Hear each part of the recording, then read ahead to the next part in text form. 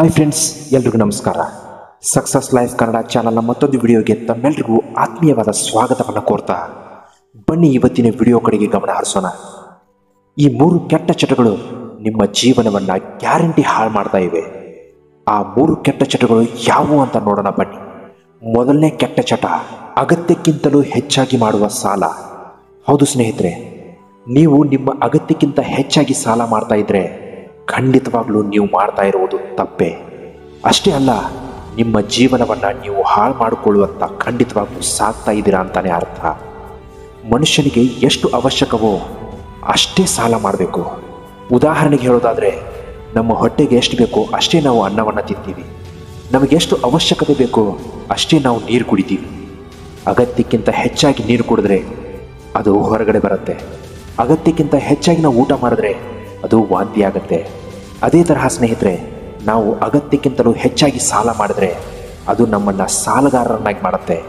ಅಷ್ಟೇ ಅಲ್ಲ, ನಮ್ಮ ಜೀವನವನ್ನು ಬರ್ಬಾದ್ ಮಾಡಿಬಿಡುತ್ತೆ. ಅಂತಹ ಕೆಟ್ಟ ಚಟವನ್ನು ನೀವು ಯಾವತ್ತೂ ಮಾಡೋಕ್ಕೆ ಹೋಗಬೇಡಿ. ಈಗಾಗಲೇ ನೀವು ಮಾಡಿದ್ದೇ ಆದಲ್ಲಿ ಮೊದಲು ಅದನ್ನು ನಿಲ್ಲಿಸಬೇಡಿ. ನಿಮ್ಮ ಅಗತ್ಯಕ್ಕಿಂತಲೂ ಹೆಚ್ಚಿಗೆ ಮಾಡುವ ಸಾಲ ನಿಮ್ಮ ಜೀವನವನ್ನು ಕಷ್ಟದ ಕೂಪಕ್ಕೆ ತಳ್ತಾನೆ ಹೋಗುತ್ತೆ ಹೊರತು ನೀವು ಯಾವತ್ತೂ ಆ ಸಾಲದ ಕೂಪದಿಂದ ಮೇಲೆ ಎದ್ದೇಳೋದೇ ಇಲ್ಲ. ಇಂತಹ ಪರಿಸ್ಥಿತಿಯಲ್ಲಿ ಸಿಲುಕಿದವರು ಏನು ಮಾಡಬೇಕು ಅಂದರೆ, ಮೊದಲು ಮಾಡಬೇಕಾಗಿರೋ ಕೆಲಸನೇ ಆ ಸಾಲವನ್ನು ಮೊದಲು ತೀರಿಸೋದು. ಹೌದು ಸ್ನೇಹಿತರೆ, ಅಗತ್ಯಕ್ಕಿಂತಲೂ ಹೆಚ್ಚಾಗಿ ಮಾಡಿದ ಸಾಲ ನಿಮ್ಮನ್ನು ಮತ್ತಷ್ಟು ಸಾಲಗಾರರನ್ನಾಗೇ ಮಾಡುತ್ತೆ ಹೊರತು ನಿಮ್ಮನ್ನು ಜೀವನದಲ್ಲಿ ಮತ್ತೆಂದಿಗೂ ಏಳಬಾರದಂತಹ ಸ್ಥಿತಿಗೆ ತಲುಪಿಬಿಡುತ್ತೆ. ಇಂತಹ ಸ್ಥಿತಿಯಲ್ಲಿ ನೀವು ಈಗಾಗಲೇ ಒದ್ದಾಡ್ತಾ ಇದ್ದೀರಾ ಅಂತ ನಮಗೆ ಗೊತ್ತು.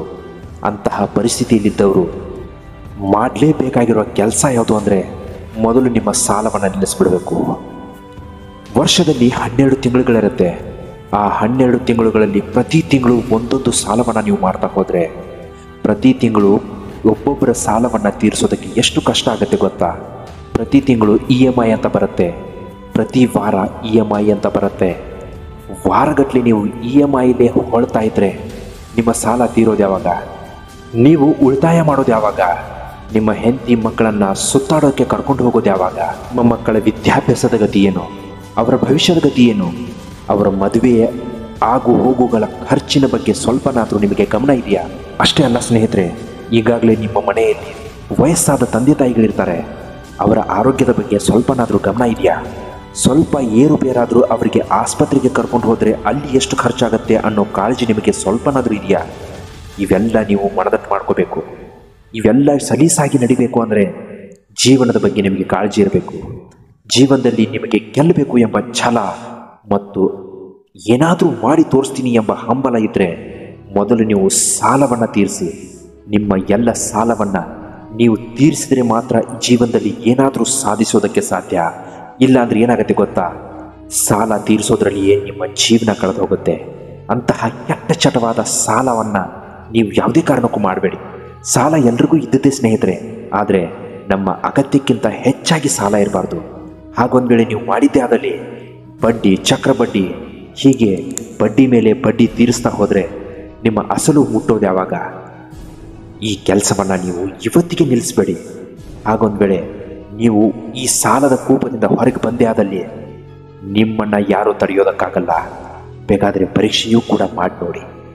ಇನ್ನು ನೀವು ಬಿಡಲೇಬೇಕಾದ 2ನೇ ಕೆಟ್ಟ ಚಟ ಅಂದರೆ ಧೂಮಪಾನ, ಮದ್ಯಪಾನ.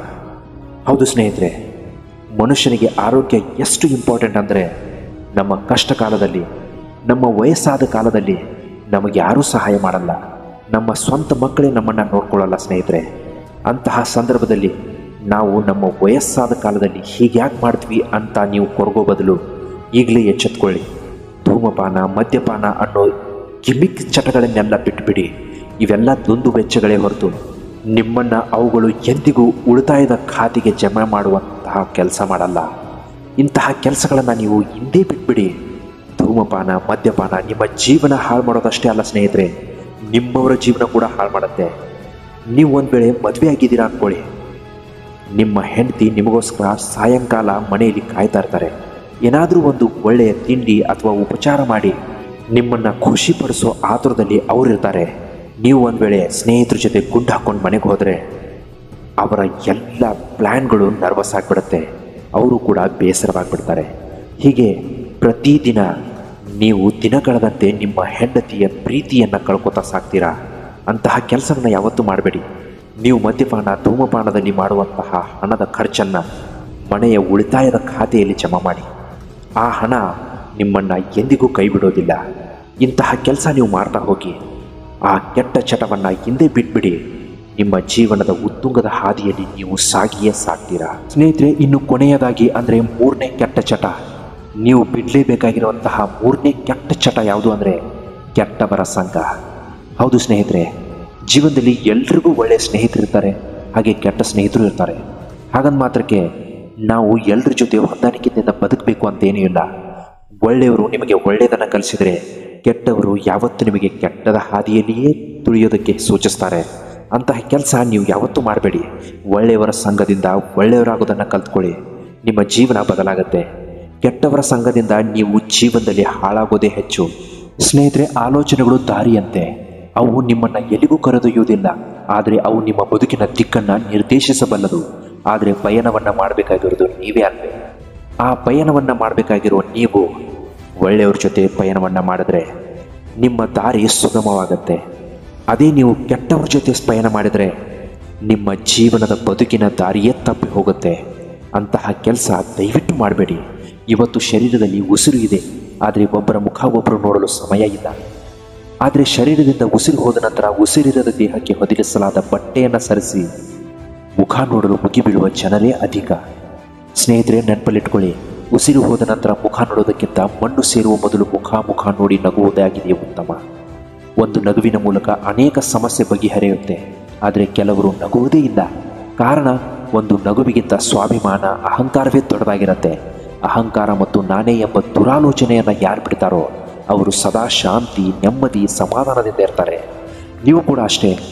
ಅಹಂಕಾರವನ್ನು ಬಿಟ್ಬಿಡಿ, ದುರಾಲೋಚನೆಯನ್ನು ಬಿಟ್ಬಿಡಿ. ನಿಮ್ಮ ಬದುಕಿನಲ್ಲಿರುವ ಕೆಟ್ಟ ಚಟಗಳನ್ನು ಹಿಂದೆ ತ್ಯಾಗ ಮಾಡಿ. ನಿಮ್ಮ ಜೀವನದ ಭವಿಷ್ಯದ ಬುನಾದಿಯಾಗುವುದರಲ್ಲಿ ಯಾವುದೇ ಸಂದೇಹ ಇಲ್ಲ ಸ್ನೇಹಿತರೆ. ಇಂತಹ ಕೆಟ್ಟ ಚಟಗಳನ್ನು ನೀವು ಹಿಂದೆ ಬಿಟ್ಬಿಡಬೇಕು. ಸಮಯ ಎಲ್ಲವನ್ನ ಸರಿಪಡಿಸುತ್ತೆ. ನೀವು ಸ್ವಲ್ಪ ಸಮಾಧಾನದಿಂದಿರಬೇಕು. ನಿಮ್ಮ ಬಗ್ಗೆ ಬೇರೆಯವರು ಏನು ಆಲೋಚಿಸ್ತಾರೆ ಎನ್ನುವುದು ನಿಮ್ಮ ಕಾಯಕವಾಗಬಾರ್ದು. ನಿಮ್ಮನ್ನು ಮತ್ತೊಬ್ಬರಿಗೆ ಹೋಲಿಸಿಕೊಳ್ಳಬೇಡಿ. ಯಾಕಂದರೆ ಅವರು ನಡೆದು ಬಂದ ದಾರಿ ಬಗ್ಗೆ ನಿಮಗೆಷ್ಟು ಗೊತ್ತಿರಲು ಸಾಧ್ಯ. ಸಮಸ್ಯೆಗಳ ಬಗ್ಗೆ ಎಂದಿಗೂ ಯೋಚಿಸಬೇಡಿ ಸ್ನೇಹಿತರೆ. ಯಾಕಂದರೆ ಅದರ ಪರಿಹಾರಕ್ಕಾಗಿ ಯೋಚಿಸಲು ಇರುವ ಸಮಯವನ್ನು ಅದು ತಿಂದು ಹಾಕುತ್ತೆ. ನಿಮ್ಮ ಸಂತೋಷವನ್ನು ನೀವೇ ಹುಡ್ಕೋಬೇಕು. ಬೇರೆಯವರಿಂದ ಎಂದಿಗೂ ಅದನ್ನು ಅಪೇಕ್ಷಿಸಬಾರ್ದು. ಹಣದಿಂದ ಸಂತೋಷವನ್ನು ಕೊಂಡುಕೊಳ್ಳಲು ಸಾಧ್ಯವಿಲ್ಲ. ದುಃಖವಾದಾಗ ಬೆನ್ಸ್ ಕಾರಲ್ಲಿ ಕೂತು ಅಳಬಹುದು ಅಷ್ಟೇ. ಸಹಾಯದ ಅವಶ್ಯಕತೆ ಇರುವವರಿಗೆ ಸಹಕರಿಸಿ, ಅವರಿಗೆ ಸಹಾಯ ಮಾಡಿ. ಸಮಯ ಬಂದಾಗ ನಿಮಗೆ ಕೂಡ ಯಾರಾದರೂ ಬಂದು ಸಹಾಯ ಮಾಡಿಯೇ ಮಾಡ್ತಾರೆ. ಸೋಲಿನಲ್ಲಿಯೇ ಸಾಧನೆಯು ಆರಂಭವಾಗೋದು. ಸೋಲದಿರುವುದು ಹೇಗೆ ಎಂದು ಸೋಲಿನಿಂದಲೇ ಕಲಿಯಬೇಕು. ನೀವು ಮಾಡುವ ಕೆಲಸವನ್ನು ಆಟದಂತೆ ಆನಂದಿಸಬೇಕು, ಆದರೆ ಕೆಲಸದೊಂದಿಗೆ ಎಂದಿಗೂ ಆಟವಾಡಬಾರ್ದು. ಮಾತು ಮಾವಿನ ಹಣ್ಣಿನಂತಿರಲಿ, ಮರದಿಂದ ಬೀಳುವ ಮೊದಲೇ ಎಚ್ಚರ ವಹಿಸಿ. ಸ್ನೇಹಿತರೆ, ನೀವು ಯಾವತ್ತೂ ಈ 3 ಕೆಟ್ಟ ಚಟಗಳನ್ನು ಬಿಡ್ತೀರೋ ಆಗಲಿ ನೀವು ಉದ್ಧಾರ ಆಗೋದು. ಒಂದು ವೇಳೆ ನೀವು ಈ 3 ಕೆಟ್ಟ ಚಟಗಳು ಬಿಡದೇ ಇದ್ದರೆ ಗ್ಯಾರಂಟಿ ನೀವು ಹಾಳಾಗಿ ಆಗ್ತೀರಾ. ನಾವು ಬಯಸೋದು ಒಂದೇ, ನಿಮ್ಮ ಕೆಟ್ಟ ಚಟಗಳು ದೂರವಾಗಲಿ. ನಿಮ್ಮ ಒಳ್ಳೆಯ ಚಟಗಳು ಎಂದಿಗೂ ನಿಮ್ಮ ಜೀವನವನ್ನು ಉಜ್ಜೀವಿಸಲಿ. ಆತ್ಮವಿಶ್ವಾಸ ಇದ್ದಲ್ಲಿ ಗದ್ದಲ ಇರೋದಿಲ್ಲ, ಅಲ್ಲಿ ಮೌನ ಇರುತ್ತೆ. ಅದೇ ಅನಿಶ್ಚಿತತೆ, ಗೊಂದಲಗಳು ಇದ್ದಲ್ಲಿ ಗಲಾಟೆಗಳಿರುತ್ತೆ. ಒಬ್ಬ ವ್ಯಕ್ತಿ ಸಹಜವಾಗಿ ಶಾಂತವಾಗಿದ್ದರೆ ಅದು ಆತನ ಆತ್ಮವಿಶ್ವಾಸದ ಪ್ರತೀಕ ಅನ್ನೋದನ್ನು ನೀವು ಎಂದಿಗೂ ಮರಿಬಾರದು ಸ್ನೇಹಿತರೆ, ಒಂದು ಮಾತನ್ನು ಹೇಳ್ತೀವಿ ಕೇಳಿ. ಜೀವನದಲ್ಲಿ ಆರಿಸಿಕೊಳ್ಳೋದಕ್ಕೆ ಅನೇಕ ಅವಕಾಶಗಳಿವೆ. ಸಂತೋಷವನ್ನೇ ನೇರವಾಗಿ ಪಡೆಯಲು ಸಾಧ್ಯವಿಲ್ಲ. ಶ್ರಮ, ಶ್ರದ್ಧೆಯನ್ನು ಆರಿಸಿಕೊಂಡಾಗ ಸಂತೋಷ ಉಚಿತವಾಗಿ ನಿಮಗೆ ಸಿಗುತ್ತೆ. ಕೆಲಸ ಮಾಡುವಾಗ ಸುಸ್ತಾದರೆ ವಿಶ್ರಾಂತಿ ತಗೋಬೇಕು. ಹಾಗೆಂದು ಕೆಲಸವನ್ನೇ ಬಿಟ್ಟು ಬಿಡೋದಲ್ಲ. ಸಮಸ್ಯೆಗಳು ಎದುರಾದಾಗ ಪರಿಹಾರ ಮಾರ್ಗ ಹುಡುಕಬೇಕು. ಹಾಗೆಂದು ಪಲಾಯನ ಮಾಡುವುದಲ್ಲ. ಪ್ರತಿಯೊಬ್ಬರಿಗೂ ಒಂದಿಲ್ಲ ಒಂದು ಸಮಸ್ಯೆ ಇದ್ದೇ ಇರುತ್ತೆ ಸ್ನೇಹಿತರೆ. ಆದರೆ ಅದನ್ನು ಹೇಗೆ ಪರಿಹರಿಸಿಕೊಳ್ಳಬಹುದು ಎಂಬುದರ ಆಧಾರದ ಮೇಲೆ ಪ್ರತಿಯೊಬ್ಬರ ಸಾಮರ್ಥ್ಯ, ಶಕ್ತಿ, ಸಾಧನೆ ನಿರ್ಧಾರವಾಗಿರುತ್ತೆ. ನೀವು ಎಲ್ಲರಿಗಿಂತಲೂ ಭಿನ್ನವಾಗುವುದು ಆಗಲೇ. ಮುಪ್ಪಿನಲ್ಲಿ ನೀವು ಎಲ್ಲಿ ಕುಳಿತಿದ್ದೀರಾ ಎಂಬುದನ್ನು ನೋಡಿ ನೀವು ಯೌವನದಲ್ಲಿ ಎಲ್ಲಿ ನಿಂತಿದ್ದೀರಿ ಎಂಬುದನ್ನು ಹೇಳಬಹುದು. ಕೈಯಲ್ಲಿ ಶಕ್ತಿ ಇದ್ದಾಗ ಚೆನ್ನಾಗಿ ದುಡಿದ್ರೆ ಜೀವನದ ಕೊನೆಯಲ್ಲಿ ನೀವು ಸುಖವಾಗಿ ಹೋಗಬಹುದು. ಸುಖವಾದ ಜೀವನವನ್ನು ನೀವು ಅನುಭವಿಸಬಹುದು. ಸ್ನೇಹಿತರೆ, ನೀವು ಹುಟ್ಟುವಾಗ ಬುದ್ಧಿವಂತರಾಗಿರೋದಿಲ್ಲ. ನೀವು ಓದ್ತೀರಾ, ಕಲಿತೀರಾ, ಅಭ್ಯಾಸ ಮಾಡ್ತೀರಾ, ನಂತರ ಗೆಲ್ತೀರಾ. ಜೀವನದಲ್ಲಿ ಮೆಲ್ಲಕ್ಕೆ ಬರ್ತೀರಾ. ಬದುಕಿನಲ್ಲಿ ಪರಿಶ್ರಮ ಮತ್ತು ಹೋರಾಟದಿಂದ ಏನು ಬೇಕಾದರೂ ಸಾಧಿಸಬಲ್ಲಿರಾ. ನಿಮ್ಮ ಸಮಸ್ಯೆ ಹಡಗಿನಷ್ಟು ದೊಡ್ಡದಿರಬಹುದು, ಆದರೆ ಅದನ್ನು ಪರಿಹರಿಸುವ ಸಾಧ್ಯತೆ ಸಮುದ್ರದಷ್ಟು ವಿಶಾಲವಾಗಿದೆ ಎಂಬುದನ್ನು ಮರಿಬಾರದು. ಯಾವತ್ತೂ ಸಮಸ್ಯೆಯ ಮೇಲೆಯೇ ಮನಸ್ಸನ್ನು ಕೇಂದ್ರೀಕರಿಸುವ ಬದಲು ಪರಿಹಾರದ ಬಗ್ಗೆ ಯೋಚನೆ ಮಾಡಬೇಕು. ಸೋಲು ಎನ್ನುವುದು ಜೀವನದ ಅವಿಭಾಜ್ಯ ಅಂಗ ಸ್ನೇಹಿತರೆ. ಸೋಲದೇ ಇದ್ದರೆ ನೀವೆಂತೂ ಕಲಿಯೋದಕ್ಕೆ ಸಾಧ್ಯ ಇಲ್ಲ. ಕಲಿಯದೇ ಇದ್ದರೆ ನೀವೆಂತೂ ಬದಲಾಗೋದಕ್ಕೆ ಸಾಧ್ಯ ಇಲ್ಲ. ಬದಲಾಗದೇ ಇದ್ದರೆ ನಿಂತ ನೀರಾಗ್ತೀರಾ. ಸೋಲು ಬದುಕಿನ ಅಂತ್ಯ ಅಲ್ಲ, ಅದರಿಂದ ಉತ್ತಮ ಅನುಭವ ಪಡಿಬೇಕು. ಸೋಲಿನಿಂದ ಯಾರೂ ಕಂಗೆಡಬೇಕಿಲ್ಲ, ಯಾಕಂದರೆ ಸೋಲು ಗೆಲುವಿಗಿಂತಲೂ ಹೆಚ್ಚು ಪಾಠ ಕಲಿಸುತ್ತೆ. ಸೋಲು ಗೆಲುವಿಗಿಂತಲೂ ಹೆಚ್ಚು ಅನುಭವ ನೀಡುತ್ತೆ. ಸಹನೆ ಅಂದರೆ ನಾವು ಬೇರೆಯವ್ರಿಗಾಗಿ ಕಾಯುವ ತಾಳ್ಮೆ ಅಲ್ಲ, ಕಾಯುವಾಗ ಹೇಗೆ ವರ್ತಿಸ್ತೀವಿ ಅನ್ನೋದ್ರ ಮೇಲೆ ಸಹನೆಯನ್ನು ಆಳಿದ್ದಾರೆ. ಬೇರೆಯವರಿಗೆ ಕಾಯುವಾಗ ಅವರಿಗೆ ಶಾಪ ಹಾಕಿದರೆ ಅದು ಸಹನೆ ಅಲ್ಲ ಸ್ನೇಹಿತರೆ, ಅದು ನಿಮ್ಮ ಅಸಹಾಯಕತೆ.